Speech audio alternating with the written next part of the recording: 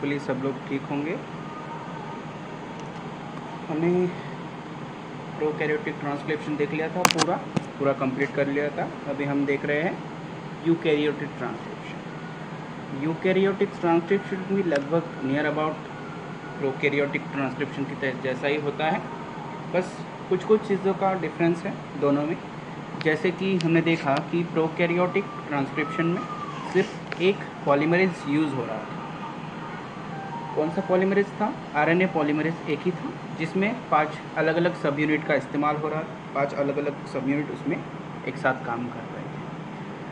हम जब कंपेयर करेंगे दोनों को, अगर हम ओवरव्यू की तरह देखें और कंपेयर करें दोनों ट्रांसक्रिप्शन को, जैसे कि यूकैरियोटिक और प्रोकैरियोटिक, तो प्रोकैरियोट में आरएनए पॉलीमरेज सिंगल टाइप का होता है, जिसमें कि ये सब यूनिट रहता है 2 alpha, beta, beta prime, omega and sigma 7। जबकि हम यूकैरियोट के बारे में जब पढ़ते हैं तो वहाँ पे 5 टाइप के टोटल आरएनए पॉलीमरेजेस देखे जाते हैं। प्रमोटर की बात करें तो जब हमने प्रोकैरियोट की बात की तो यहाँ पे एक ही प्रमोटर देखा था, जो -10 पे होता था प्री हॉक बॉक्स एंड -35 पे होता था। लेकिन क्योंकि जब प्रोकैरियोट की बात करें तो वहाँ पे सिर्फ एक ही पॉलीमरेज था, तो एक पॉलीमरेज के लिए एक प्रोमोटर, ठीक है। लेकिन जब यूकैरियोट की बात कर रहे हैं हम, तो इसमें लगभग 5 टाइप के पॉलीमरेजेस हैं, आरएनए पॉलीमरेज हैं। तो उन 5 टाइप के पॉलीमरेज के लिए अलग अलग प्रोमोटर्स देखे जाते हैं, जो अलग अलग जगह पे प्रेजेंट होते हैं। प्रोकैरियोट में जब हम प्रोमोटर रिकॉग्नाइजेशन की बात करते हैं तो इसे रिकॉग्नाइज करने का काम करता था सिग्मा 70 और एक होलो एंजाइम बनाता था। जब यूकैरियोट की बात करें तो इसमें आते हैं बहुत सारे ट्रांसक्रिप्शन फैक्टर। कौन कौन से ट्रांसक्रिप्शन फैक्टर होंगे ये हम आगे जाके देखेंगे। हेलिकेज की बात करें तो यहाँ पे हेलिकेज के लिए डीएनए भी काम कर सकता है, और यहाँ पे खुद आरएनए पॉलीमरेज जो है वो खुद यहाँ पे काम कर सकता है। आरएनए पॉलीमरेज के पास भी एक खुद की हेलिकेज प्रॉपर्टी होती है। यूकैरियोटिक में देखें तो वहाँ पे ट्रांसक्रिप्शन फैक्टर काम करेगा। स्पेशली हम बात करें तो ट्रांसक्रिप्शन फैक्टर 2H, ये कुछ हेलिकेज की एक्टिविटी दिखाता है और 2 स्ट्रैंड को अनवाइंडिंग करता है और ट्रांसक्रिप्शन बबल बनाता है। ये सिर्फ इनिशिएशन तक काम करता है, और इनिशिएशन ख़त्म होने के बाद खुद आरएनए पॉलीमरेज के पास खुद की हेलिकेज प्रॉपर्टी होती है और आगे का स्ट्रैंड वो खुद अनवाइंड करता है। बाकी सब प्रोसेसेस लगभग सेम है। एबॉर्टिव एनिमेशन, इनिशिएशन दोनों में होता है। प्रोमोटर क्लियरेंस ऑब्वियसली होगा, इनिशिएटर, एलोंगेशन एंड टर्मिनेशन, ये सारी चीज़ें दोनों में कॉमन होती है। सिर्फ कुछ एंजाइम्स एंड कुछ प्रोटीन्स यहाँ पे बदल जाते हैं, जिसे हम डिटेल में देखने वाले हैं। तो सबसे पहले आरएनए पॉलीमरेजेस देखते हैं यूकैरियोट से कौन कौन से हैं। इसमें लगभग 5 आरएनए पॉलीमरेजेस देखे जाते हैं, जिसमें से mainly 3 RNA polymerase 1, RNA polymerase 2, RNA polymerase 3, ये 3 देखे जाते हैं। ये लगभग सारे यूकैरियोट में होते हैं, लेकिन प्लांट्स में कुछ और स्पेसिफिक आरएनए पॉलीमरेजेस देखे जाते हैं, जिसमें कि आते हैं RNA polymerase 4 and RNA polymerase 5। अगर हम बात करें कि ये सिंथेसिस क्या करते हैं, तो आरएनए पॉलीमरेज 1 स्पेशली सिंथेसिस करता है राइबोसोमल आरएनए को। उनमें से कौन से? 28S RNA, 18S RNA and 5' RNA. इसमें से अगर आपको याद रखने में तकलीफ हो तो आप ये सीधा सीधा याद रख सकते हो कि जिन राइबोसोमल आरएनए की एंडिंग 8 से होगी, यहाँ पे देखो 28, 18 एंड 5.8, वो सारे आरएनए कौन सिंथेसाइज करता है? आरएनए पॉलीमरेज 1 सिंथेसाइज करता है। आरएनए पॉलीमरेज 2 को हम डिफ़ॉल्टली स्टडी करते हैं, क्योंकि ये सारे नियर अबाउट जो हमारे प्रोटीन्स वाले आरएनए होते हैं, जिसे हम मैसेंजर आरएनए कहते हैं, वो सारे सिंथेसाइज करने का काम होता है आरएनए पॉलीमरेज 2 का। ये सब मैसेंजर आरएनए को भी सिंथेसाइज करता है, एसएन आरएनए को सिंथेसाइज करता है, जो कि है हमारे U1, U2, U4 and U5। ये सारे स्प्लाइसिंग में काम आते हैं। स्प्लाइसिंग क्या है ये भी हम देखने वाले हैं आगे जाके। और ये siRNA को सिंथेसाइज करता है और माइक्रो आरएनए को सिंथेसाइज करता है। तीसरा RNA पॉलीमरेज 3, ये tRNA को सिंथेसाइज करता है। 5S जो कि पॉलीमरेज 1 नहीं करता है, एकमात्र siRNA उसे सिंथेसाइज करता है RNA पॉलीमरेज 3। और जो एक snRNA है जो RNA पॉलीमरेज 2 सिंथेसाइज नहीं करता। यहाँ पे आप देख सकते हो कि यहाँ पे ये सिंथेसाइज कर रहा है RNA पॉलीमरेज 1, ये U1 को सिंथेसाइज कर रहा है, U2 को, U4 को एंड U5 को। लेकिन एक और snRNA होता है U6 जो कि बहुत इम्पोर्टेंट फंक्शन कैरी आउट करता है in the process of splicing. उसका नाम है U6 जिसे सिंथेसाइज करता है RNA पॉलीमरेज 3। देन जो प्लांट्स में RNA पॉलीमरेजेस पाए जाते हैं वो स्पेशली सिंथेसाइज करता है snRNAs। ठीक है, तो यहाँ तक आपको क्लियर होगा, तो आगे देखते हैं। ट्रांसक्रिप्शन इन यूकैरियोट, एक अगर आपको replication and transcription in prokaryote समझ में आया होगा तो ट्रांसक्रिप्शन इन यूकैरियोट एक one of the easiest topic बनता है फंडामेंटल्स का। तो आप देखोगे पॉलीसिस्टोनिक एंड मोनोसिस्टोनिक हमने देखा था कि मोनोसिस्टोनिक और पॉलीसिस्टोनिक क्या होती है। पॉलीसिस्टोनिक मतलब जो एक RNA, एक जो mRNA बनेगा वो वन और मोर एक से ज़्यादा जीन्स का फॉर्मेशन करेगा, जो कि एक से ज़्यादा mRNA में डिस्ट्रीब्यूट होंगे और एक से ज़्यादा प्रोटीन बनाएंगे। जबकि मोनोसिस्टोनिक RNA सिर्फ एक जीन को ट्रांसक्राइब करता है और सिर्फ एक टाइप का ही प्रोटीन फॉर्म करता है या जो भी चीज़ फॉर्म करता है, सिर्फ एक टाइप का। पॉलीसिस्टोनिक में more than one type of protein या फिर कहो जीन ट्रांसक्राइब होते हैं एक ट्रांसक्रिप्शन यूनिट में। ट्रांसक्रिप्शन यूनिट क्या होता है ये भी हम ऑलरेडी देख चुके हैं। एक ट्रांसक्रिप्शन यूनिट यहाँ पे सिर्फ एक प्रोटीन फॉर्म करता है, जबकि प्रोकैरियोट में एक transcriptional unit more than one protein भी फॉर्म कर सकता था। जैसे कि हमें पता है कि यूकैरियोट का जीनोम थोड़ा सा ज़्यादा कॉम्प्लेक्स होता है, थोड़ा सा कहिए आप बहुत ज़्यादा कॉम्प्लेक्स होता है as compare to prokaryotic genome. Size में भी बहुत ज़्यादा लार्ज होता है, इसलिए यहाँ पे बहुत सारे फैक्टर्स काम करते हैं, बहुत सारे प्रोटीन फैक्टर्स काम करते हैं। RNA पॉलीमरेज भी 5 टाइप के अलग अलग होते हैं जो कि अलग अलग RNA फॉर्म करते हैं। अब हम इंट्रोडक्टरी पार्ट की ओर बढ़ते हैं और देखते हैं कि यूकैरियोटिक ट्रांसक्रिप्शन का इंट्रोडक्शन क्या है। जैसे हमारा प्रोकैरियोटिक ट्रांसक्रिप्शन होता था, इसमें unlike prokaryotic RNA polymerase that initiate transcription of all the different type of RNA, but यहाँ पे यूकैरियोट में RNA polymerase in eukaryote come in 3 variation RNA polymerases। इसमें से अगर हम होलली देखें, ब्रीफली देखें तो 3 टाइप के पॉलीमरेजेस देखे जाते हैं, जैसे कि हम पहले डिस्कस कर चुके हैं। Polymerase 1, polymerase 2 and polymerase 3, each translating a different type of genome. और हर पॉलीमरेज एक डिफरेंट टाइप के जीनोम के लिए डिज़ाइन है, एक डिफरेंट टाइप का जीनोम ये ट्रांसक्राइब करता है। RNA polymerase 2 is a polymerase responsible or transcribing mRNAs। जैसे कि हम प्रीवियस स्लाइड में देख चुके हैं कि RNA polymerase जो 2 है वो स्पेशली mRNA को सिंथेसिस के लिए जाना जाता है, जिससे हमारे मैसेंजर RNA का करता है जो भी हमारे बॉडी में प्रोटीन्स बनते हैं या अदर चीज़ें बनती हैं उनको सिंथेसाइज करने का काम करता है कौन? RNA polymerase 2। Many eukaryotic gene have a conserved promoter sequence। बहुत सारे यहाँ पे हर यूकैरियोटिक जीन में एक कंजर्व्ड प्रोमोटर सीक्वेंस रहता है। कंजर्व्ड प्रोमोटर सीक्वेंस मतलब क्या? किसी भी यूकैरियोटिक जीन में देखो, कोई भी यूकैरियोटिक जीन देखो, उसमें एक स्पेसिफिक सीक्वेंस रहेगा और वो हर यूकैरियोटिक एनिमल में लगभग सेम रहेगा, लगभग सेम। उसे कहा जाता है टाटा बॉक्स, जहाँ पे 80 रीच सीक्वेंस बहुत ज़्यादा होते हैं। ये कहाँ पे प्रेजेंट रहता है? इसका लोकेशन क्या है? -25 से -35 न्यूक्लियोटाइड के बीच में ये होता है। माइनस और प्लस का डिफरेंस बताया था मैंने आपको। जो कि अपस्ट्रीम में सीक्वेंस होता है उसे हम माइनस से काउंट करते हैं, और जो प्लस डाउनस्ट्रीम में होता है, उस न्यूक्लियोटाइड को हम प्लस से काउंट करते हैं।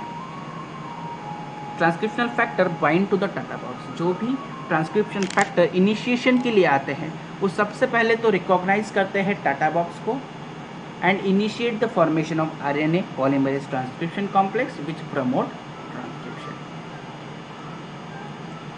Eukaryotic transcription occur with in the nucleus. जो ये प्रोसेस चल रहा है यूकैरियोटिक ट्रांसक्रिप्शन का, ये न्यूक्लियस में पाया जाता है, जहाँ पे एक डीएनए कंप्लीटली न्यूक्लियोसोम के स्ट्रक्चर में, हाईली क्रोमैटिक स्ट्रक्चर में हाईली पैक्ड रहता है, वहाँ पे ये ट्रांसक्रिप्शन का प्रोसेस होता है। जबकि हमने जब प्रोकैरियोट का देखा था, तो प्रोकैरियोट सब जब देखते हो तो आपने ई कोलाई का स्ट्रक्चर देखा होगा, तो जो डीएनए होता है वो किसी न्यूक्लियर मेम्ब्रेन के अंदर नहीं होता, वो सेल में डिस्ट्रीब्यूटेड होता है, सेल में प्रेजेंट होता है, और वहाँ पे साइटोप्लाज्म एंड न्यूक्लियस अलग अलग जगह पे नहीं होते हैं, वो कंबाइन होते हैं। जबकि हम यूकैरियोट की बात करें तो यहाँ पे एक न्यूक्लियर मेम्ब्रेन प्रेजेंट होती है, जो कि साइटोप्लाज्म और न्यूक्लियस को, डीएनए को अलग अलग डिवाइड करके रखती है। Eukaryotic transcription process in 3 sequential stages, जो कि हमने प्रोकैरियोट में डिस्कस किए हैं, इनिशिएशन, एलोंगेशन एंड टर्मिनेशन। वही सेम प्रोसेसेस यहाँ पे देखी जाती है। यहाँ पे बहुत ज़्यादा डिफरेंस सिर्फ वहाँ पे है इनिशिएशन में, क्योंकि यहाँ पे इनिशिएशन में बहुत सारे ट्रांसक्रिप्शन फैक्टर काम करते हैं। अब यूकैरियोटिक प्रोमोटर कैसे होता है, यूकैरियोटिक का प्रोमोटर एग्जैक्टली कैसा होता है, तो स्पेशली हम ये पढ़ते हैं प्रोमोटर पॉलीमरेज 2 के लिए। तो जो आरएनए पॉलीमरेज 2 का प्रोमोटर होता है, इसमें से 3 रिकॉग्नाइजेशन साइट्स प्रेजेंट होते हैं स्पेशली। वो होती है, पहला तो होता है टाटा बॉक्स। ये टाटा बॉक्स एक 80 रीच सीक्वेंस है, ये प्रेजेंट होता है -25 से -30 न्यूक्लियोटाइड के बीच में। उसके बाद अगेन एक सीक्वेंस आता है जिसे हम कहते हैं कैट बॉक्स, वहाँ पे CAAT ये सीक्वेंस पाया जाता है। ये भी एक रिकॉग्नाइजेशन सीक्वेंस है। ये कहाँ पे प्रेजेंट होता है, ये -80 न्यूक्लियोटाइड पे प्रेजेंट होता है।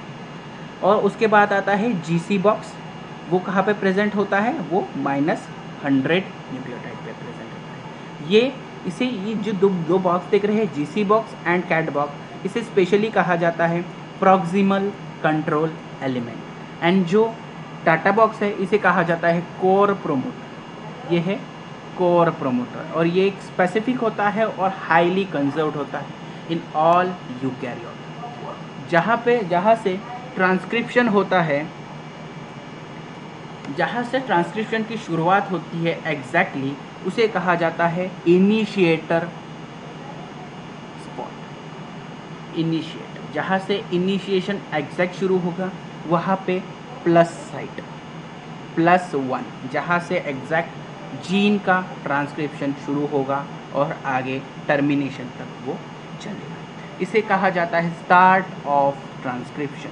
+1 साइट को हम क्या कहते हैं, स्टार्टिंग पॉइंट ऑफ ट्रांसक्रिप्शन। बाद में यहाँ पे पॉलीमरेज आगे का पोर्शन सिंथेसाइज। होपफुली आपको यूकैरियोटिक प्रोमोटर समझ में आ गया होगा।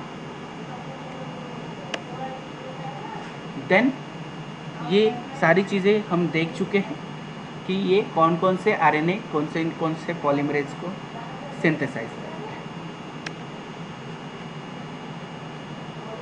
देखो यहाँ पे स्पेसिफिक प्रोमोटर कौन कौन से टाइप से होते हैं वो दिया हुआ है।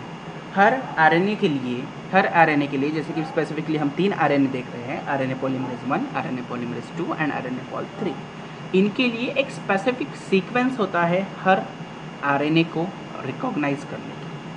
हर आरएनए पॉलीमरेज एक स्पेसिफिक सीक्वेंस को रिकॉग्नाइज करता है, जिसे कि हम कहते हैं प्रोमोटर, जहाँ से प्रोमोट होता है ट्रांसक्रिप्शन। और ये हर पॉलीमरेज के लिए अलग अलग हो सकता है। जैसे कि आरएनए पॉलीमरेज 1 के लिए एक स्पेसिफिक बाइपर्टाइल सीक्वेंस होता है, बाइपर्टाइल प्रोमोटर होता है। तो आपको पहले तो डिफरेंस जान लेना चाहिए बाइपर्टाइल का और यूनिपर्टाइल का।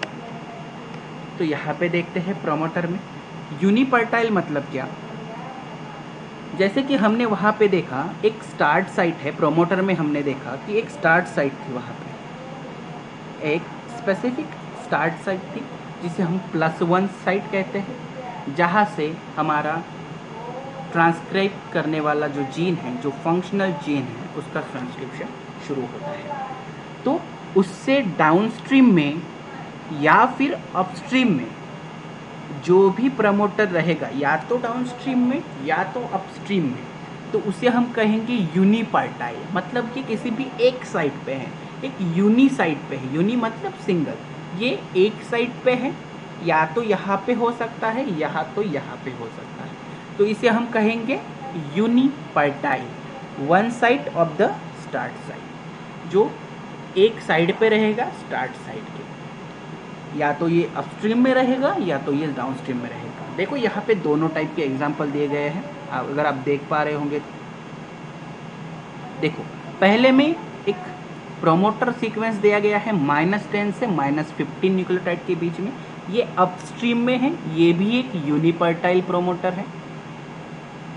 और यहाँ पे एक नीचे भी एक प्रमोटर दिया गया है जो कि डाउनस्ट्रीम में है, ये कहाँ पे है, +10 +15 के बीच में, ये एक प्रमोटर है, ये भी यूनिपर्टाइल है। क्योंकि ये भी एक प्लस साइड के या तो एक साइड है, यहाँ पे दूसरी साइड है, तो इसे हम कहते हैं यूनिपर्टाइल।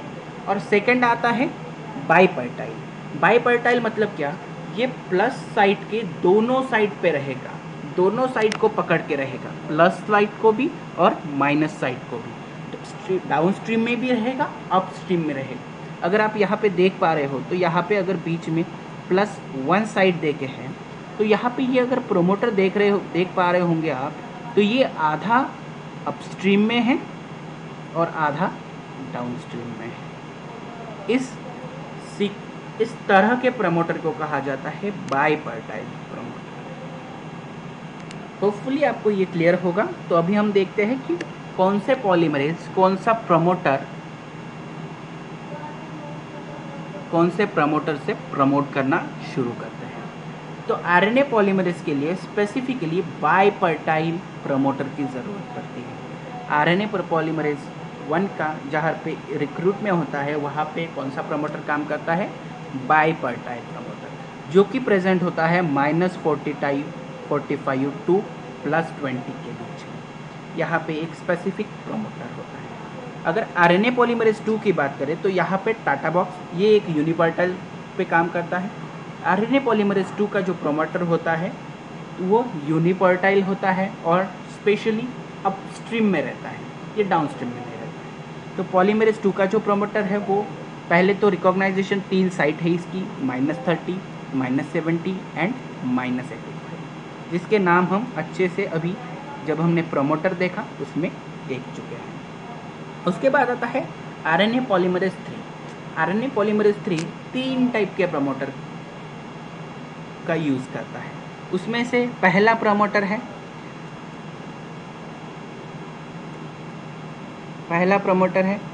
-50 to -90, sorry +50 to +90।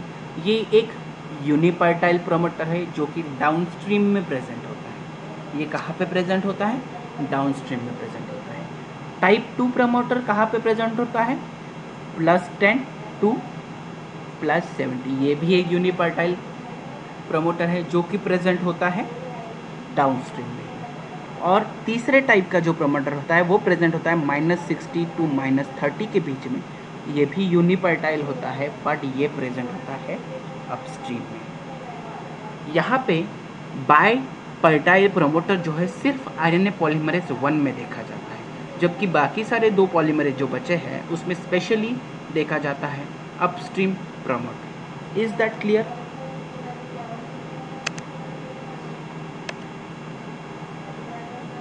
Then RNA polymerase जो 3 होता है, इससे पहले 2 देख लेते हैं।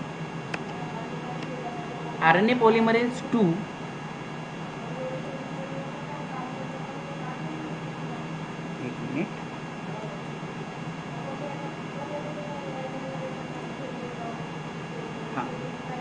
RNA polymerase 2 require general transcription factor. RNA polymerase 2 को कुछ जनरल ट्रांसक्रिप्शनल फैक्टर रिक्वायर्ड होते हैं इनिशिएशन के लिए, जिसमें आता है ट्रांसक्रिप्शन फैक्टर TX जो कि इनिशिएशन में हेल्प करता है। RNA polymerase 2 promoter frequently have a short conserved sequence। ये कुछ प्रोमोटर के कुछ कंजर्व्ड सीक्वेंसेस होते हैं जिसमें के पायरेमिडीन होते हैं, C, A and again pyrimidine 5 nucleotide. ये एक स्पेसिफिक सीक्वेंस होता है इनिशिएटर कॉम्प्लेक्स में, जबकि वहाँ पे टाटा बॉक्स तो कॉमन रहता है। हर प्रमोटर में आप जब देखोगे तो टाटा बॉक्स आपको मिलेगा ही मिलेगा फॉर श्योर। तो TATA box is common component of RNA polymerase 2 promoter as well. ठीक है, it consist of 80 rich sequence octamer located approximately 25 base pair in upstream of a start point।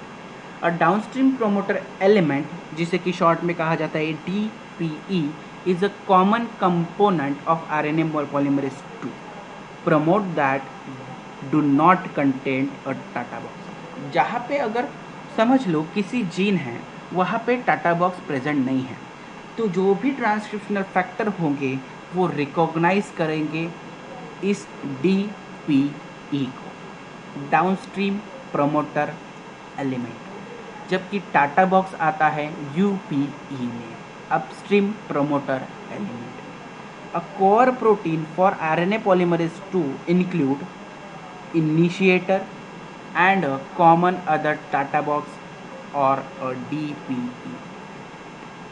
RNA polymerase 2 का initiation के लिए specifically या हम briefly कहें तो 3 चीज़ों की ज़रूरत होती है, initiator and common either TATA box की और DPE की, इन तीनों की ज़रूरत होती है। अगर TATA box by any fault नहीं रहा तो फिर इनिशिएटर कॉम्प्लेक्स रिकॉग्नाइज करता है DPE को, जो कि है डाउनस्ट्रीम प्रमोटर एलिमेंट जो कि प्रेजेंट होता है। ठीक है, it may also contain other mirror element, या फिर इसके जैसे कोई और प्रमोटर भी हो सकते हैं। ये सारी चीज़ें देख चुके हैं, देख पा रहे होंगे। तो यहाँ पे स्पेसिफिकली कुछ ट्रांसक्रिप्शनल फैक्टर दिए गए हैं जो कि इनिशिएशन और अदर प्रोसेसेस में हेल्प करते हैं, जो कि बहुत ज़्यादा इम्पॉर्टेंट ट्रांसक्रिप्शनल फैक्टर हैं, जिसमें आते हैं D, A, B, F, E and H। ये कुछ बहुत ज़्यादा इम्पॉर्टेंट ट्रांसक्रिप्शनल फैक्टर है RNA polymerase 2 के। ये पूरी इनिशिएशन प्रोसेस एंड पूरी ट्रांसक्रिप्शनल प्रोसेस में हेल्प करते हैं। सबसे पहले तो यहाँ पे कुछ और प्रोटीन्स भी होते हैं, जिसमें आते हैं Tata binding protein, TAF TATA binding associated factor, जो कि नियर अबाउट 14 होते हैं। कितने एसोसिएशन फैक्टर्स होते हैं? 14। And again RNA polymerase। ये सारा कॉम्प्लेक्स इनिशिएट करता है ट्रांसक्रिप्शन। INR के आजू बाजू जो इनिशिएटर है उसके आजू बाजू 2 सीक्वेंसेस देखे जाते हैं, जिसमें आता है UPE अपस्ट्रीम प्रमोटर सीक्वेंस, उसमें आता है TATA box, CAT box and GC box. ये हम ऑलरेडी देख चुके हैं। ठीक है, और अगेन एक अगर टाटा बॉक्स वहाँ पे प्रेजेंट नहीं रहा तो वहाँ पे एक और आता है DPE, जो कि डाउनस्ट्रीम प्रोमोटर एलिमेंट है, जो कि इनिशिएटर के डाउनस्ट्रीम में प्रेजेंट रहता है। ये भी एक प्रमोटर की तरह। होपफुली ये स्लाइड भी आपको क्लियर होगी। Then TATA binding protein is universal factor. ये एक यूनिवर्सल फैक्टर है। TATA binding protein is a component of the position factor that is required for each type of RNA polymerase to bind its promoter। ये one of the most important protein है। ये recognize करता है TATA box को, और वहाँ पे जाके बाइंड करता है। इसके नाम से ही आपको पता चलता होगा कि टाटा बाइंडिंग प्रोटीन एग्जैक्टली है क्या। The factor for RNA polymerase 2 is transcriptional factor 2D, which consists of TBP and about 14 TBP associated factor। जो ट्रांसक्रिप्शनल फैक्टर 2D होता है उसके पास एक्टिविटी होती है टाटा बाइंडिंग प्रोटीन की। यहाँ कहे तो ट्रांसक्रिप्शन फैक्टर 2D के सब यूनिट्स है TATA binding protein and 14 TBP associated factors जो कि आते हैं TF2D के साथ। Total mass about 800 kilo dalton. इनका टोटल मास होता है 800 kilo dalton. TBP binds to a TATA box is in a minor groove of DNA। ये कहाँ पे बाइंड करता है? माइनर ग्रूव में, minor groove. TBP form a saddle around the DNA and bend it by approximately 80 degree. ये TBP इतना heavy होता है, जो प्रोटीन है वो एक सैडल की तरह काम करता है और DNA को बेंड कर देता है ताकि बाकी प्रोटीन भी बराबर से बाइंड हो सके। होपफुली इतना क्लियर होगा।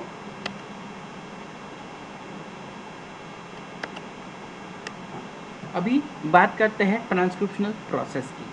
बेसिक चीज़ें हमने देख ली है। अभी हम बात करेंगे स्पेशली ट्रांसक्रिप्शनल प्रोसेसेस की। ट्रांसक्रिप्शनल प्रोसेस हमने देखा कि स्पेशली 3 चीज़ों में, 3 स्टेजेस में देखी जाती है। पहला तो होगा इनिशिएशन, जो कि one of the most important phenomenon है। फिर आता है एलोंगेशन, जो कि ईजी होता है समझने में भी और फंक्शन के पॉइंट ऑफ व्यू से। फिर आता है termination. Termination prokaryote and eukaryote में अलग अलग होता है, यहाँ पे अलग अलग प्रोटीन का इन्वॉल्वमेंट होता है। एलोंगेशन भी वैसा ही, इनिशिएशन तो बहुत ज़्यादा डिफरेंट है। तो शुरू करते हैं। इनिशिएशन में सबसे पहले क्या होगा?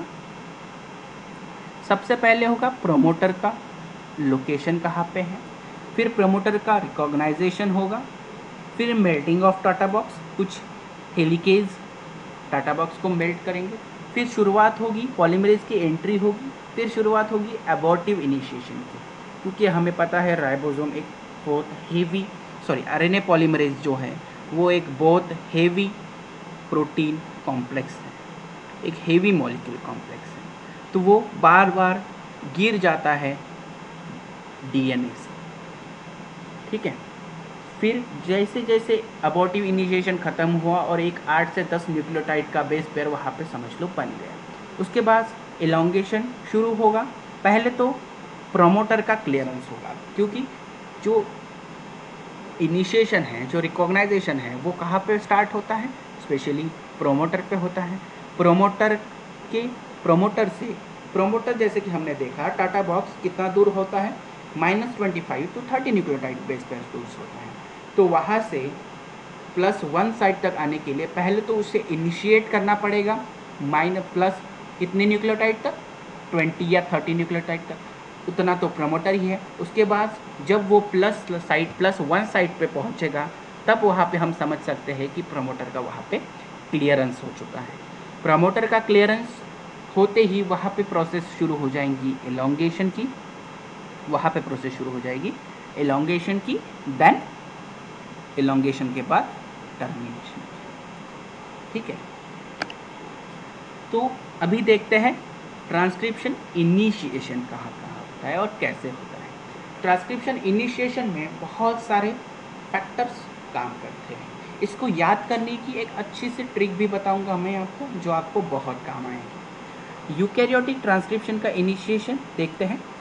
Eukaryotic requires several other protein called transcriptional factor to first bind to the promoter region and then help to recruit appropriate polymerase। Promoter को इनिशिएशन करने के लिए, ट्रांसक्रिप्शन इनिशिएशन करने के लिए यूकैरियोट्स में बहुत सारे प्रोटीन्स की ज़रूरत पड़ती है, जिसे हम कहते हैं ट्रांसक्रिप्शन फैक्टर्स, जो कि रिकॉग्नाइज करने का काम, हेलिकेज का काम, पॉलीमरेज को रिक्रूट करने का काम, अदर प्रोटीन को रिक्रूट करने का काम, ये सारे काम कौन करता है? ट्रांसक्रिप्शन फैक्टर्स करते हैं, जो कि एक बहुत मेजर रोल परफॉर्म करते हैं in the transcription.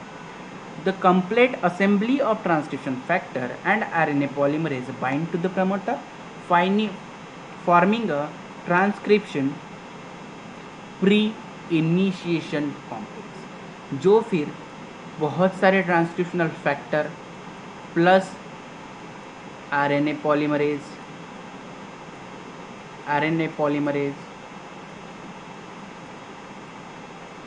Plus DNA या कहे तो प्रमोटर, ये इसे कहा जाता है प्री इनिशिएशन कॉम्प्लेक्स, या आप कह सकते हैं PIC in abbreviation. Core promoter element in eukaryote is a short DNA sequence called Tata box, found 20 to 30 base pair हम देख चुके हैं. The Tata box as a core promoter element, it is binding site for transcriptional factor that is known as transcription binding protein. ये भी हम देख चुके हैं कि ये कहाँ पे प्रेजेंट रहता है, ये ट्रांसक्रिप्शन फैक्टर 2D पे प्रेजेंट रहता है. ठीक है. The next protein to enter the transcriptional factor, that is transcription factor 2A, transcription factor 2B, which is stabilize the DNA transcriptional factor 2D. ये पहले तो कौन आया, ट्रांसक्रिप्शनल फैक्टर D आया, सबसे पहले रिकॉग्नाइज किया. कैसे रिकॉग्नाइज किया? क्योंकि इसके पास एक्टिविटी है, स्पेसिफिक सब यूनिट है इसके पास. कौन सा TBP, टाटा बाइंडिंग प्रोटीन, जो कि रिकॉग्नाइज करेगा कि टाटा बॉक्स कहाँ पे है और वहाँ पे रिकॉग्नाइज करेगा. और वहाँ पे कौन आ जाएगा फिर, transcriptional factor A and B. पहले क्या हुआ, अगर यहाँ पे समझने की कोशिश करें हम, एक मिनट,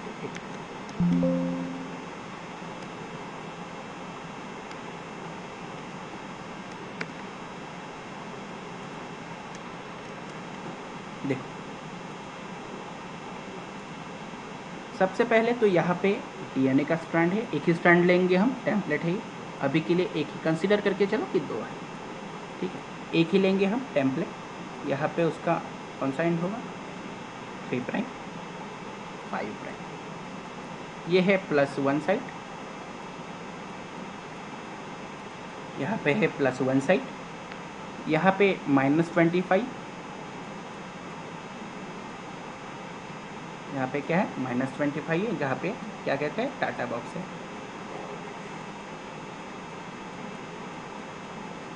टाटा बॉक्स पे सबसे पहले कौन आएगा, सबसे पहले यहाँ पे एंट्री होगी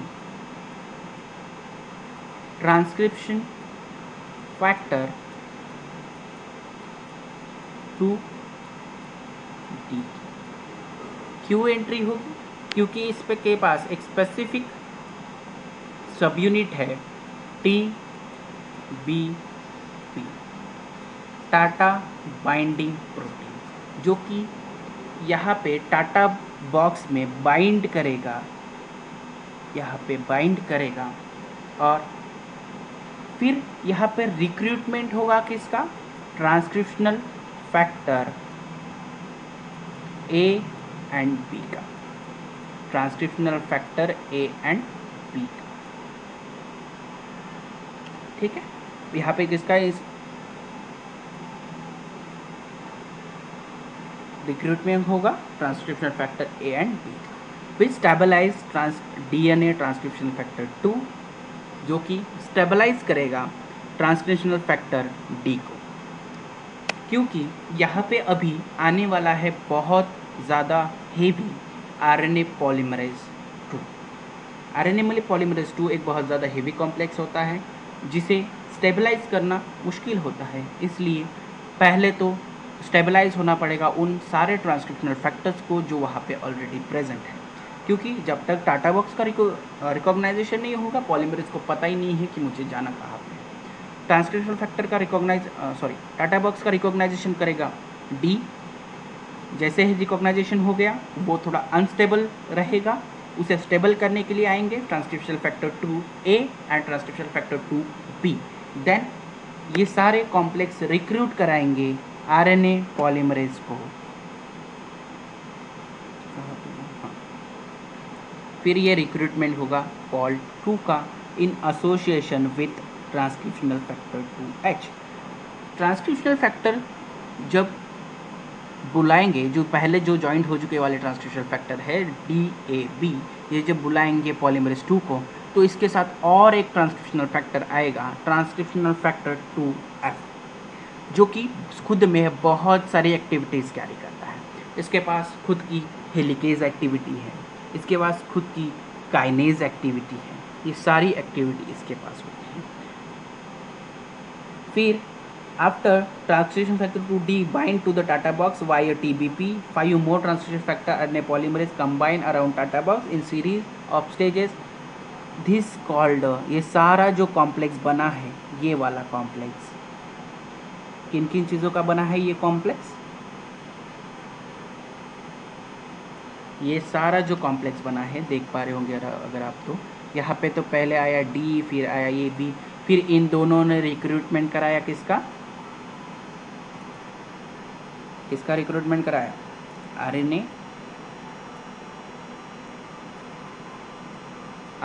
पॉल 2 का।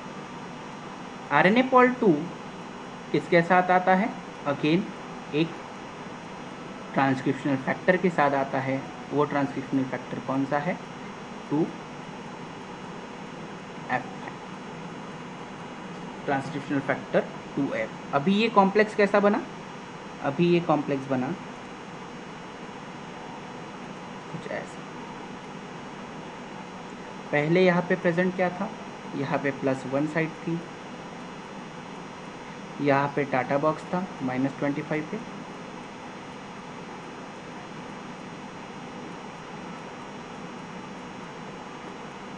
यहाँ पे सबसे पहले कौन आया था?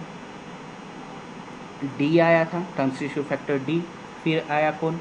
ए, इसे स्टेबलाइज करने के लिए ए एंड बी आया, इसे स्टेबलाइज किया। फिर आया आरएनए पॉल 2, फिर कौन आया?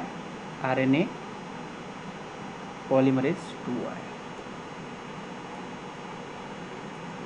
RNA polymerase 2।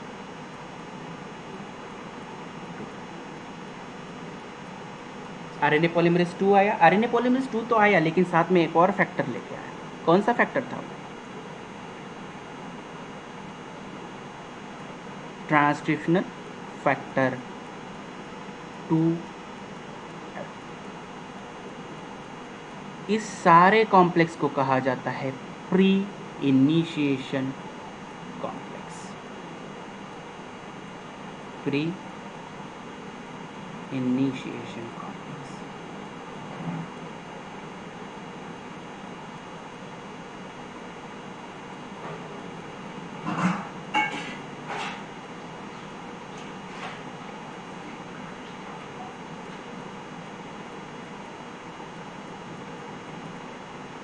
होपफुली आपको प्री इनिशिएशन कॉम्प्लेक्स तक सारी चीज़ें समझ में आ गई होगी। One of the last transcription factor to be recruit in pre initiation complex is transcriptional factor 2H, which play an important role in promoting melting and escape. एक मिस्टेक हुई है यहाँ पे कि प्रमोटर जो F है वो कोई हेलिकेज एक्टिविटी नहीं दिखाता, हेलिकेज एक्टिविटी दिखाता है ट्रांसक्रिप्शनल फैक्टर 2H। ठीक है, तो ट्रांसक्रिप्शनल फैक्टर जो F है वो सिर्फ आरएनए पॉलीमरेज 2 के साथ आता है। ठीक है, अभी इनिशिएशन देखते हैं कि इनिशिएशन एग्जैक्टली होता कैसे है। ठीक है, अभी देखा कि प्री इनिशिएशन कॉम्प्लेक्स फॉर्म कैसे हुआ, अभी हम देखते हैं कि ट्रांसक्रिप्शन का इनिशिएशन कैसे होता है। इन upstream element GC and CAA cat and a factor that bind to the increase the frequency of initiation. Binding of transcription factor 2D of Tata box in Tata box or initiator is the first step of initiation. Transcription factor 2D bind होने ये first step है। Other transcription bind to the complex is definite order. बाकी के सारे complex हमने जो पिछला एक सीक्वेंस देखा उस तरह से आएंगे और बाइंड करेंगे। देन आरएनए पॉलीमरेज 2 आएगा, बाइंड करेगा and complex and initiate transcription. Transcriptional factor 2B, transcription factor E, transcriptional factor H are required for melting of DNA and allow polymerase to movement. Phosphorylation of carboxyl terminal of the domain is required promoter clearance and elongation of begin। जो RNA polymerase 2 होता है उस पर एक specific एक sir पे एक tell होती है, उसे हम कहते हैं कार्बोक्सिल टर्मिनल डोमेन। उसके ऊपर फॉस्फेट का एडिशन होना बहुत ज़रूरी है, वही उसे चार्ज करता है आगे बढ़ने के लिए। तो ये चार्ज करने का काम जो करता है वो ये सारे कॉम्प्लेक्सेस। स्पेशली कहे तो जो ट्रांसक्रिप्शन फैक्टर 2H है इसके पास होती है स्पेशली काइनेज एक्टिविटी। ये इसके पास एक काइनेज एक्टिविटी है। काइनेज का मतलब पता है एडिशन ऑफ फॉस्फेट। ये फॉस्फेट का एडिशन करता है किस पे? CDT पे, कार्बोक्सिल टर्मिनल डोमेन, जो कि प्रेजेंट किसके पास है? RNA पॉलीमरेज 2 के पास। Further phosphorylation of CDT is required at some promoter and and pausing and abortive initiation. जैसे कि अगर आप शुरुआत इनिशिएशन पर देखो तो कुछ अबॉर्टिव इनिशिएशन होता है। पहले तो जो H होता है ट्रांसक्रिप्शनल फैक्टर 2H, वो पहले तो थोड़ा थोड़ा फॉस्फेट ऐड करता जाता है RNA पॉलीमरेज 2 पे, जिससे कि वो थोड़ा चलता है गिर जाता है, थोड़ा चलता है गिर जाता है। जब वो एक साथ बहुत ज़्यादा फॉस्फोराइलाइज करता है RNA पॉलीमरेज 2 को, तो फटाक से वो जो अबॉर्टिव इनिशिएशन है उसे एस्केप करके प्रोमोटर को क्लियर कर देता है और इनिशिएशन की शुरुआत कर देता है। The histone octamer must be temporarily modified during the transit of RNA polymerases। जो हिस्टोन ऑक्टामर यानी कि न्यूक्लियोसोम होता है उसे टेम्परली मॉडिफाइड किया जाता है during the process of transcription. The CDT that is carboxyl terminal domain coordinate processing of RNA with transcription. ये ट्रांसक्रिप्शन के साथ साथ transcribe gene are preferably repaired when DNA damage occur. जब अगर कोई डैमेज आता है तो उसे रिपेयर भी किया जाता है। रिपेयर की एक्टिविटी भी होती है ट्रांसक्रिप्शनल फैक्टर 2H के पास। ठीक है, यहाँ पे आप देखोगे कि कौन कौन से ट्रांसक्रिप्शनल फैक्टर के पास कौन कौन सी एक्टिविटी है। जैसे कि ट्रांसक्रिप्शनल फैक्टर 2D, इसके पास पहले तो ये TBP है, इसके पास TAF है जिससे कि टाटा बाइंडिंग प्रोटीन है। TATA binding protein associated factor है जो कि एक साथ बाइंड करते हैं, इसके सब यूनिट होते हैं। ठीक है, देन ट्रांसक्रिप्शनल फैक्टर 2A ये और ट्रांसक्रिप्शनल फैक्टर 2B ये स्टेबलाइज करता है D को। जैसे स्टेबलाइज करता है वहाँ पे रिक्रूटमेंट होता है किसका? RNA पॉलीमरेज 2 का। RNA पॉलीमरेज 2 के साथ कौन आता है? ट्रांसक्रिप्शन फैक्टर H आता है, जो कि समझ लो एक असिस्टेंट होता है RNA पॉलीमरेज 2 का। Then transcription factor 2E assist the transcriptional factor 2H।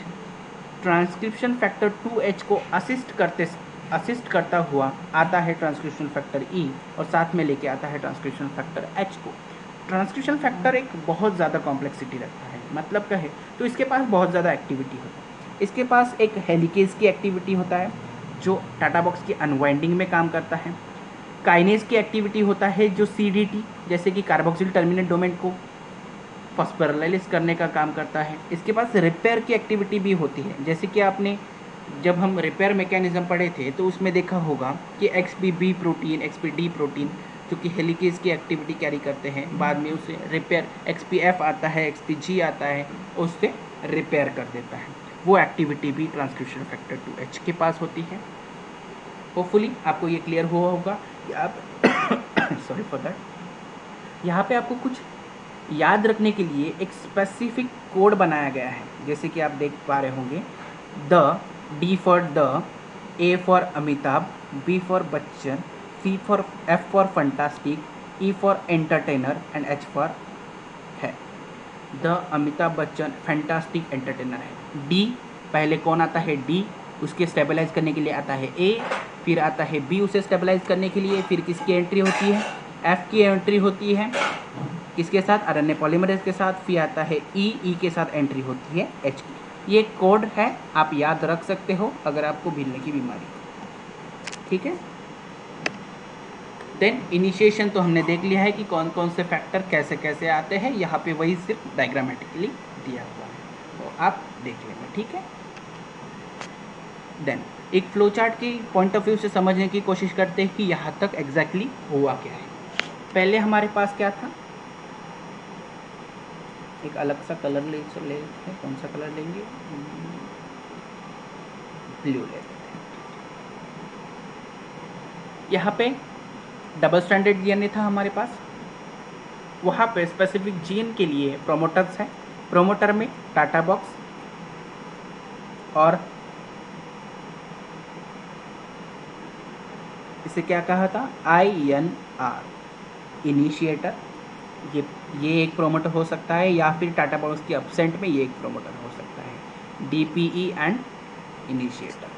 फिर आते हैं कौन? Tata binding protein, Tata binding protein and TATA binding associated factor, जो कि सब यूनिट्स है किसके? ट्रांसक्रिप्शनल फैक्टर 2 के। ये साथ में आएंगे और बाइंड करेंगे प्रोमोटर पे। प्रोमोटर के बाइंड होते ही इसे ये थोड़ा अनस्टेबल सा स्ट्रक्चर बनेगा। इसे स्टेबलाइज करने के लिए आते हैं दो again factor, that is transcription factor 2A and transcription factor 2B। ये स्टेबलाइज करते हैं। स्टेबलाइज करने के बाद रिक्रूटमेंट होता है किसका? RNA पॉलीमरेज का।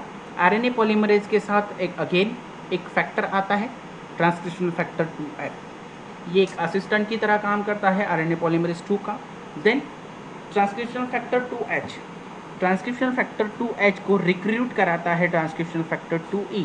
इसे असिस्ट कराता है कह सकते हो आप, क्योंकि ट्रांसक्रिप्शन फैक्टर 2H एक हीरो की तरह काम करता है। हीरो कहे तो ये सारे मूवी का हीरो यही है, क्योंकि ज़्यादातर एक्टिविटी पॉलीमरेज को एक्टिवेट करने की एक्टिविटी इसके पास है, हेलिकेज की एक्टिविटी इसके पास है, रिपेयर मैकेनिज्म की एक्टिविटी भी इसी के पास है। तो ये क्या हुआ? एक ओवरऑल हीरो हुआ इस सारे एक्शन मूवी का। देन ये बनाता है close binary complex. Close binary complex किसे कहते हैं हम? जहाँ पे पॉलीमरेज भी आ गया है, पूरे ट्रांसक्रिप्शनल फैक्टर भी आ गया है और DNA भी है, लेकिन अभी क्लोज फॉर्म में है। अभी क्या है? क्लोज फॉर्म में है DNA, उसकी अनवाइंडिंग नहीं हुई है। तो जैसे ही हेलिकेज आया उसने अनवाइंडिंग शुरू की। अनवाइंडिंग कहाँ से शुरू होगी? अगर टाटा बॉक्स प्रेजेंट है तो टाटा बॉक्स से ही होगी, क्योंकि हमें पता है 80 रीच सीक्वेंस है वहाँ पे, और 80 reach sequence double bonded hydrogen bonding से कनेक्टेड होती है, तो उसे क्लीव करना ईजी होता है। तो वैसे ही मेल्टिंग होगी। मेल्टिंग कहाँ तक होगी? INR तक, इनिशिएटर तक मेल्टिंग होगी। फिर एक कॉम्प्लेक्स बनेगा, उसे हम कहते हैं open binary complex. Open binary complex, यहाँ पे DNA ओपन रहेगा। फिर ट्रांसक्रिप्शनल फैक्टर 2H एक सिंगल फॉस्फेट ऐड करेगा किस पे? RNA पॉलीमरेज 2 की कार्बोक्सिल टर्मिनल डोमेन। जैसे ही ये फॉस्फोराइलेज का एडिशन हो गया, पॉलीमरेज 2 एक्टिव की तरह बिहेव करेगा और एक इनिशिएशन शुरू करेगा। पहले तो ये थोड़ा सा एबॉर्टिव इनिशिएशन शुरू करता है, क्योंकि हमें पता है RNA पॉलीमरेज 2 एक बल्कि सा प्रोटीन है और RNA एक अनस्टेबल मॉलिक्यूल है, तो इसे इनिशिएट करना, हाइड्रोजन बॉन्डिंग बना के रखना एक थोड़ा सा हार्ड काम है। तो ये थोड़ा सा टाइम लेता है अपने इनिशिएशन। जैसे ही इनिशिएशन शुरू होता है एबॉर्टिव के बाद, वैसे ही transcriptional factor 2H again phosphate का एडिशन शुरू कर देता है और उसे मोर एक्टिव करता है। किसको? RNA पॉलीमरेज 2 को। RNA पॉलीमरेज 2 एक्टिव हो गया, अबॉर्टिव इनिशिएशन खत्म, देन इनिशिएशन शुरू। जैसे ही इनिशिएशन शुरू हुआ, एक टर्नरी कॉम्प्लेक्स बनता है।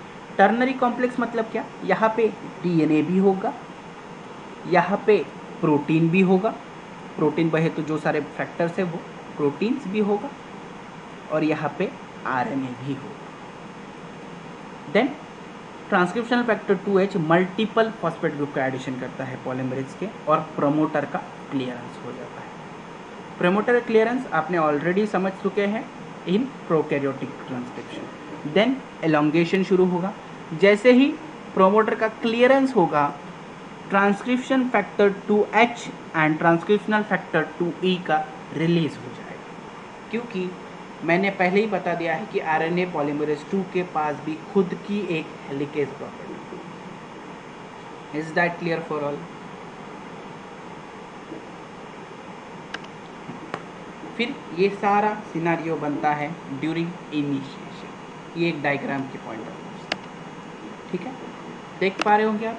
पहले एक रिवाइज कर लेते हैं छोटा सा। फर्स्ट पेज में क्या होता है? सारे ट्रांसक्रिप्शनल फैक्टर पॉलीमरेज सब एक जगह जड़ चुके हैं। इसे हम क्या है? क्लोज बाइनरी कॉम्प्लेक्स कहा है हमने। फिर आता है कौन? सेकंड पोजीशन, मतलब क्या? हेलिकेज अपना एक्टिविटी करेगा, हाइड्रोजन बॉन्डिंग को ब्रेक करेगा बीच में से, कहाँ पे, टाटा बॉक्स से, और एक ओपन बाइनरी कॉम्प्लेक्स बनाएगा। ओपन बाइनरी कॉम्प्लेक्स बना, उसके बाद थर्ड एक जो H है ट्रांसक्रिप्शनल फैक्टर 2H, वो एक सिंगल फॉस्फेट की एडिशन करेगा कहाँ पे, C terminal domain, sorry carboxyl terminal domain of polymerase 2, and एक एबॉर्टिव इनिशिएशन शुरू होगा बाय RNA पॉलीमरेज। जैसे ही फिर ओपन टर्नरी कॉम्प्लेक्स बना, मल्टीपल फॉस्फेट का एडिशन हुआ CDT पे, देन प्रोमोटर का clearance by RNA polymerase, then removal किसका हुआ, ट्रांसक्रिप्शनल फैक्टर 2H का एंड ट्रांसक्रिप्शनल फैक्टर 2E का, देन एलोंगेशन। होपफुली इनिशिएशन सबको समझ में आ गया होगा। अगर नहीं समझ में आया तो कमेंट कर सकते हैं नीचे, या फिर पूछ सकते हैं मुझे, ठीक है। Then elongation. एलोंगेशन भी हमें हमेशा की तरह एक इजी प्रोसेस है एज कम्पेयर टू इनिशिएशन, ठीक है। RNA polymerase 2 transcript the major share of eukaryotic gene, already पता है। So this section will focus on how the polymerase accomplish elongation and termination. Transcriptional 2H is helicase, which means that use ATP to unwind the DNA helicase. ये आपको पता होना चाहिए कि RNA polymerase या फिर जो ये ट्रांसक्रिप्शन की प्रोसेस है बहुत ज़्यादा एनर्जी कंज्यूमिंग प्रोसेस है। इसमें बहुत ज़्यादा ATP का रोल होता है, क्योंकि किसी भी बॉन्ड को तोड़ने के लिए या किसी भी चीज़ को हाई प्रेशर से दूर करने के लिए एनर्जी की ज़रूरत पड़ती है, और वो एनर्जी ट्रांसक्रिप्शनल फैक्टर 2H लेता है ATP से, ठीक है। It also phosphorylate RNA polymerase 2 which cause the enzyme to change its conformation and dissociate from other protein in initiator, and आगे कॉम्प्लेक्स का शुरुआत। The key phosphorylation occur in long C-terminal tail called the C-terminal domain as well of the RNA polymerase 2 molecule. RNA polymerase synthesis occur in 5' to 3' direction, which RNA polymerase catalyze nucleophilic attack by 3' OH of a growing RNA chain on a alpha phosphoratom on incoming ribosomal 5' phosphate. The RNA polymerase molecule made from a protein coding gene. इसके जो RNA molecule बन रहा है वहाँ पे क्या है, protein coding कुछ जीन्स है by RNA polymerase 2 is called a primary transcript, और जो प्री मैच्योर RNA बनता है उसे कहा जाता है प्राइमरी ट्रांसक्रिप्ट। ये एलोंगेशन का प्रोसेस है। यहाँ पे फॉस्फेट का एडिशन होता जाता है C टर्मिनल पे, पॉलीमरेज आगे चलता जाता है और एडिशन करता चलता है न्यूक्लियोटाइड्स। न्यूक्लियोटाइड्स का RNA पॉलीमरेज पे एक एंट्री गेट होता है, वहाँ पे एंट्री होती है न्यूक्लियोटाइड्स की, वो उसका एडिशन होता जाता है। ये कॉम्प्लीमेंट्री होता है DNA स्ट्रैंड से, क्योंकि DNA स्ट्रैंड एक टेम्पलेट स्ट्रैंड है, ठीक है। ये सारी प्रोसेस आपको समझ में आ गई है, ठीक है। जैसे ही एक कंप्लीट RNA का सिंथेसाइज हो गया, एक कंप्लीट RNA का सिंथेसाइज हो गया, ये कंप्लीट जीन ट्रांसक्राइब हो गया, तो अभी ज़रूरत क्या है हमें, टर्मिनेशन। टर्मिनेशन यहाँ पे थोड़ा डिफरेंट वे में चलता है। टर्मिनेशन यहाँ पे थोड़ा डिफरेंट वे में चलता है। Unlike RNA polymerase in prokaryote, RNA polymerase 2 does not terminate transcription. वहाँ पे हमने देखा था पॉलीमरेज में, जहाँ पे प्रोकैरियोट की बात किए थे, कि जो टर्मिनेशन होता है वो एक स्पेसिफिक जगह पे होता है, उसे RNA पॉलीमरेज खुद गिर जाता है और टर्मिनेशन हो जाता है। लेकिन जब यूकैरियोट में ऐसा टर्मिनेशन नहीं देखा, यहाँ पे कोई स्पेसिफिक साइट नहीं होती है termination, but rather transcription can stop in very distant downstream of the gene. यहाँ पे पॉलीमरेज रुकता नहीं है, पूरा ट्रांसक्रिप्शन हो भी गया है RNA का, जो RNA का ट्रांसक्रिप्शन करना था वो हो भी गया है, फिर भी RNA पॉलीमरेज नहीं रुकता है, RNA पॉलीमरेज आगे चलता चलता जाता है। तो फिर ये एक्स्ट्रा RNA का करेंगे क्या, एक्स्ट्रा जो RNA बन रहा है उसका करेंगे क्या, उसकी तो ज़रूरत है ही नहीं, क्योंकि जो हमारा डिज़ायर्ड जीन था वो तो हमें मिल गया है, डिज़ायर्ड RNA था वो तो हमें मिल गया है। तो क्या होगा, the transcript that mean mRNA is cleaved it at internal site before RNA polymerase 2 finish transcription. तो टर्मिनेशन साइट आने से पहले ही जो डिज़ायर्ड एमआरएनए हमें मिल चुका है उसकी वहाँ पे एक स्पेसिफिक साइट होती है कि यहाँ पे एमआरएनए मेरा जीन खत्म हो गया है, यहाँ से मुझे क्लीव करो। तो एमआरएनए वह स्पेसिफिक साइट से क्लीव किया जाता है बाय स्पेसिफिक प्रोटीन्स। वो स्पेसिफिक प्रोटीन होता है RAT1 या फिर ह्यूमंस की बात करें तो XRN2। एक स्पेसिफिक प्रोटीन होता है जो कि क्लीव करता है आरएनए को एक स्पेसिफिक साइट से जहाँ पे उसका ट्रांसक्रिप्शन खत्म हो गया है। This release of upstream portion of a transcript which will serve as a initial RNA prior to further processing the pre mRNA in the case of protein encoding gene. The cleavage site is considered at the end of the gene. मतलब समझने की कोशिश करें तो समझ लो कि ये एक प्रोमोटर था, ये एक प्रोमोटर था, ठीक है। यहाँ पे +1 साइट थी, ये एक +1 साइट थी और यहाँ तक जीन था, यहाँ तक जीन था, यहाँ से यहाँ तक, जो कि हमारा डिजायर्ड जीन था जो हमें चाहिए। आरएनए पॉलीमरेज ने इसे यहाँ तक तो ट्रांसक्राइब कर दिया, लेकिन वो कंटिन्यूस आगे भी ट्रांसक्राइब करते जा रहे। तो यहाँ तक का एमआरएनए यहाँ पे होगा ऐसे, तो यहाँ तक उसका कोडिंग है यहाँ तक, तो उसे इस साइड से क्लीव किया जाएगा बाय अ स्पेसिफिक प्रोटीन। उस प्रोटीन का नाम होगा XRN2 and XRN2 in human and in general that is RAT1, that is RAT1।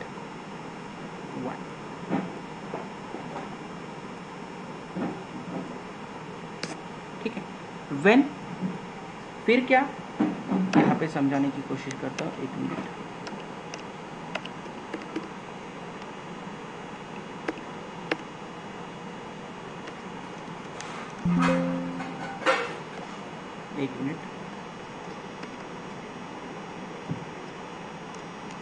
देख क्या हो रहा है। देख यहाँ पे समझ लो कि ये एक प्रोमोटर था, ये डीएनए स्ट्रैंड, ये +1 साइड, ये प्रोमोटर, ठीक है। और यहाँ तक हमारा डिजायर्ड जो आरएनए था वहाँ पर, लेकिन आरएनए पॉलीमरेज 2 इसके आगे भी निकल गया है।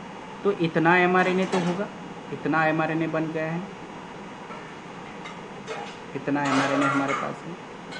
इतना एमआरएनए मतलब यहाँ से यहाँ तक, यहाँ से यहाँ, तो हमारा जो डिजायर्ड कोडिंग सीक्वेंस है वो यहाँ से यहाँ तक, ठीक है।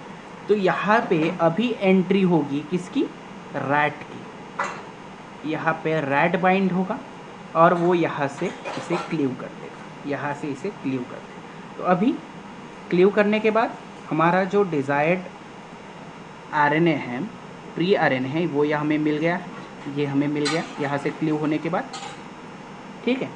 और रैट जो है वो यहीं पे बाइंड रहेगा, रैट यहीं पे बाइंड रहेगा आरएनए पॉलीमरेज के पीछे पीछे। और क्या करता जाएगा, अगर आप समझने की कोशिश करो तो एक रैट के पास एक स्पेसिफिक एक्टिविटी होती है 5 prime to 3 prime endonuclease activity. ये क्या करता है, सॉरी एक्सोन्यूक्लियस एक्टिविटी। ये एक एक न्यूक्लियोटाइड को ऐसे क्लीव क्लीव क्लीव क्लीव चलता है, ऐसा क्लीव क्लीव करता जाता है। आरएनए पॉलीमरेज सिंथेसाइज कर रहा है, ये क्लीव क्लीव कर रहा है, ये क्लीव करता जा रहा है, क्योंकि इस आरएनए का कोई काम नहीं है। जो आरएनए बन रहा है अगेन, इसका कोई काम नहीं, तो इसे क्लीव करता जाएगा, क्लीव क्लीव आगे आगे करता जाएगा। और एक स्पेसिफिक साइट तक ऐसा हो जाए कि रैट बम्बार्ड हो जाएगा आरएनए पॉलीमरेज 2 पे, और आरएनए को पॉलीमरेज को खुद को भी पता चल जाएगा, हाँ अभी मेरा काम खत्म हो गया है शायद, तो मुझे अभी यहाँ पे टर्मिनेट होना है, और ये टर्मिनेट हो जाएगा। डायग्राम के पॉइंट ऑफ व्यू से समझने की कोशिश करते हैं। देखो यहाँ पे देखो एक क्लीव साइट है, पहली डायग्राम में देख पा रहे होंगे आप, तो यहाँ पे एक क्लीवेज साइट है जहाँ पे हमारा डिजायर्ड आरएनए मिल गया है। यहाँ से क्लीव करेगा कौन, यहाँ से क्लीव किया जाएगा बाय रैट, रैट इसे क्लीव कर देगा यहाँ से। फिर रैट के पास एक एंडोन्यूक्लियस एक्टिविटी है, ये यहाँ से इसे क्लीव करता जाएगा, ऐसे ऐसे ऐसे ऐसे क्लीव करता जाएगा। और एक प्रोसेस पे ये क्लीव क्लीव क्लीव क्लीव करता गया। फिर आरएनए पॉलीमरेज 2 तक पहुंच जाएगा और इसे यहाँ से क्लीव करता जाएगा, यहाँ से फिर आरएनए पॉलीमरेज और राइट यहाँ से रिमूव। होपफुली ये क्लियर होगा आपको। सारी डायग्राम्स वही बता दी है, यहाँ पे भी आपको वही बताया गया है अगर आप देख पा रहे होंगे तो। इसके बाद फिनोमिना आता है एक आरएनए प्रोसेसिंग का, क्योंकि जैसे कि हमें पता है कि जो हमारा यूकैरियोट्स का जीनोम है इसमें बहुत ज़्यादा रेपिटेटिव सीक्वेंस, बहुत ज़्यादा नॉन कोडिंग सीक्वेंसेस भी रहते हैं, उसे हम कहते हैं इंट्रॉन्स। जो जैसे कि डीएनए में इंट्रॉन्स थे तो ऑब्वियसली आरएनए में भी वो आए होंगे, तो इसका रिपेयर करना भी बहुत ज़रूरी है। और अगर हम आरएनए की बात करें तो आरएनए के एक साइड पे खुला फॉस्फेट है, खुला फॉस्फेट छूटा हुआ है, जो कि बहुत ज़्यादा डेंजरस है बाकियों के लिए, क्योंकि इस पे कोई भी अटैक कर सकता है, इस पे कोई भी अटैक कर सकता है, ठीक है, क्योंकि ये खुला फॉस्फेट। तो इसको कैप करना भी ज़रूरी है ताकि ये यहाँ से कोई इसे डिग्रेड ना कर सके, यहाँ कोई बाइंड ना कर सके। और यहाँ पे 3' OH भी फ्री है, यहाँ पे 3' OH भी फ्री है एक साइड पे। 3' OH तो किसी पे भी न्यूक्लियोफिलिक अटैक कर सकता है, ये किसी पे भी अटैक कर सकता है और अपना mRNA बिना काम का हो सकता है। तो इसके लिए भी कोई ना कोई सोल्यूशन ढूंढना पड़ेगा। और जो बीच में भी जो एंट्रॉन्स है, इसे नॉन कोडिंग सीक्वेंस है, इसका तो कोई काम है नहीं, तो इसे भी रिमूव करना पड़ेगा। तो इसके लिए एक स्पेसिफिक मैकेनिज्म चलते हैं जिसे हम कहते हैं कैपिंग, पॉलीएडेनालाइजेशन एंड स्प्लाइसिंग। ये सारी चीज़ें हम देखेंगे आरएनए स्प्लाइसिंग में। तो होपफुली आपको ये समझ में आ गया होगा, नहीं तो आप कमेंट डाउन कर सकते हैं या मुझे बता सकते हैं, ठीक है। Thank you.